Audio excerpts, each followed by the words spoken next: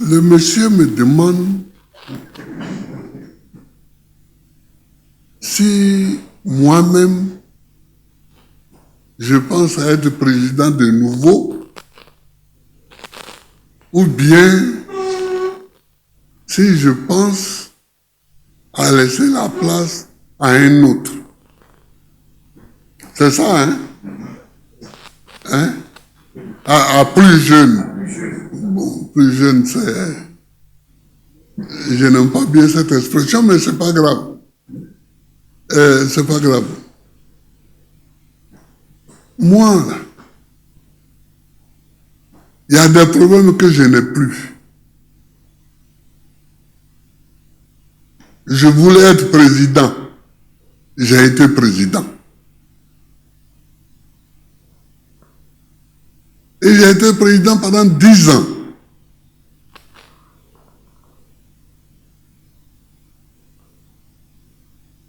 Et je n'ai pas fait le travail que je voulais faire, mais j'ai fait un autre travail que les circonstances m'imposaient. Quand j'ai été élu président en 2000, dès 2001, dès janvier 2001, la première attaque des rebelles a commencé.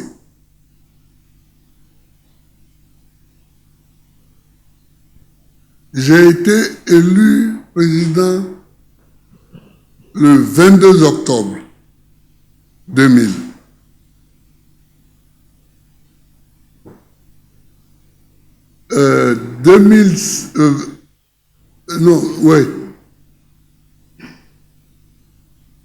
Le 26,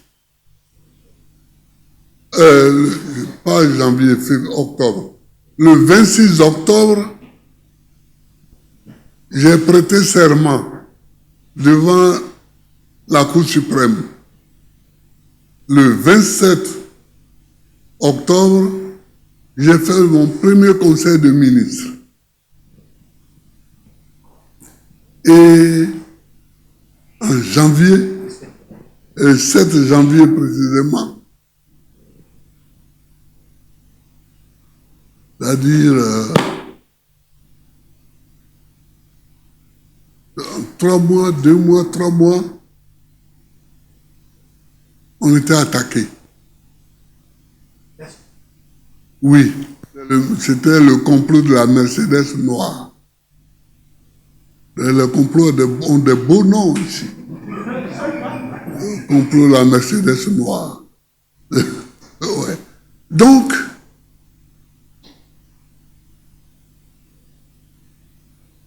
on a repoussé ce complot-là, mais ils sont revenus 1 an plus tard. En 2002, pour ne plus partir, pour rester assis sur le pays. Donc, mon travail a consisté à lutter pour que le pays soit débarrassé des rebelles. C'est ça. Le travail que j'avais à faire, construire Yamoussoukro, amener la capitale de là-bas, et là-bas, augmenter les superficies cultivables pour le café, pour le cacao, faire en sorte que les prix du cacao montent, tout ça, c'était plus ça le boulot. Le travail était de faire en sorte que le pays demeure le pays. On s'est battu contre tout le monde. Il y en a qui venaient sous forme déguisée. Il y en a qui venaient sous forme ouverte. Mais on s'est battu contre tous ceux-là. Aujourd'hui, la Côte d'Ivoire reste la Côte d'Ivoire. Et je suis fier de ça. La Côte d'Ivoire ne s'est pas effondrée. Elle demeure la Côte d'Ivoire. Et je suis fier de ça.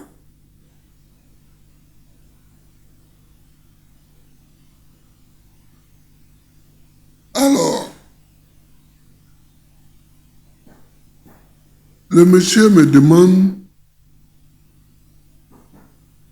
si je vais être candidat ou bien si je vais laisser la place à plus jeune. Pourquoi à plus jeune?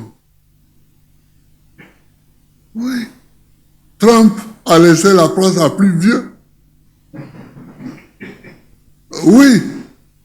Et Biden, il est plus vieux que Trump. Et c'est lui qui a remplacé Trump. Donc, moi, ça, c'est pas mon problème. Hein. Celui qui va venir après, là. Son âge n'est pas mon problème. Mais ce que je veux dire, c'est que je voulais être président, je l'ai été. J'ai voulu montrer dans ce pays qu'un enfant de pauvre sorti de nulle part, ayant à peine un repas par jour pendant sa scolarité, il pouvait, par la force de sa volonté, par la force de ses idées, par la force de sa combativité, il pouvait gravir n'importe quel échelon et arriver à n'importe quel poste. J'ai voulu cela et je l'ai fait. J'ai voulu cela et je l'ai fait. Aujourd'hui, dire je suis fils de pauvre, ça n'est plus un prétexte. Puisque tout le monde sait qu'un fils de pauvre a pu être président de la République. Donc ça, ce n'est plus un prétexte, ce n'est qu'un prétexte que pour les paresseux. C'est quand on est fils de pauvre qu'on doit multiplier d'ardeur, qu'on doit être fort dans la tête. Ne pas se laisser distraire à droite et à gauche.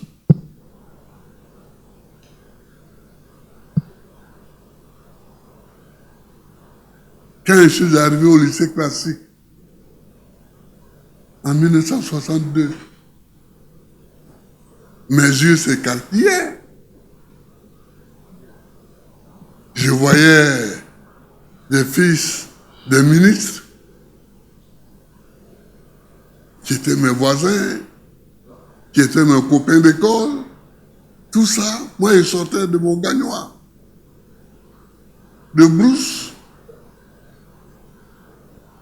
pour vous montrer que je ne connaissais même pas Cocody. Quand je suis arrivé, j'étais à Treichville et j'ai marché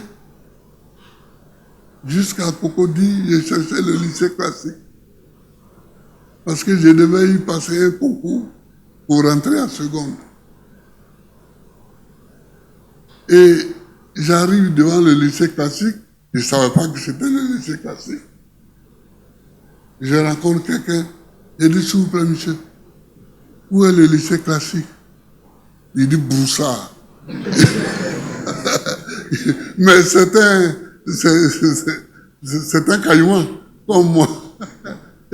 Il dit Broussard, tu vois pas le lycée là? Je dis ah, excusez-moi.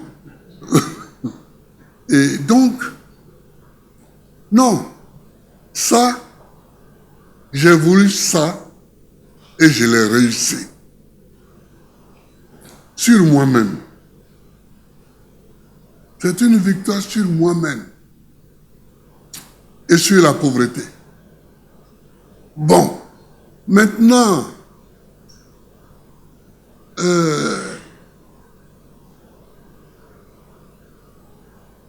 donc je ne suis plus en envie d'être président.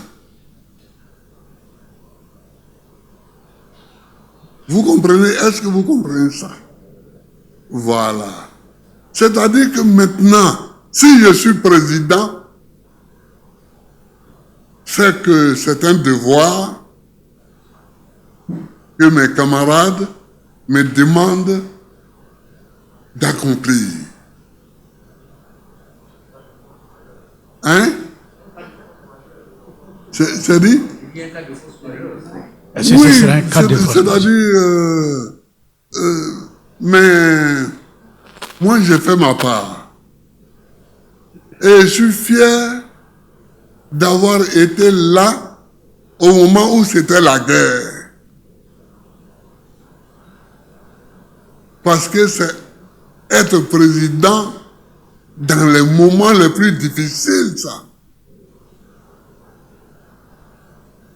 Vous comprenez? C'est être président dans les moments les plus difficiles. Et je l'ai été. Je l'ai été dans les moments les plus difficiles.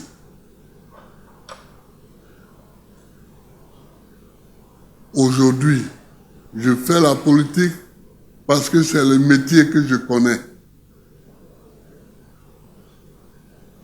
Je fais la politique parce que c'est le métier que je connais. Et je ferai la politique jusqu'à ma mort.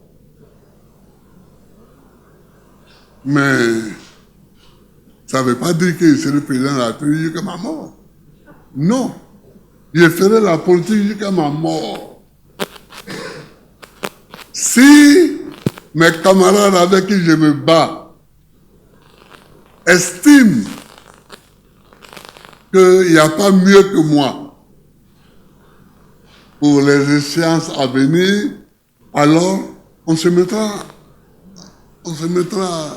en route pour travailler. Vous comprenez? Mais ce n'est plus une obsession. Ce n'est plus une obsession. J'ai fini avec ça. J'ai fini avec ça. Oui, oui. Pour ceux qui sont abidjanais,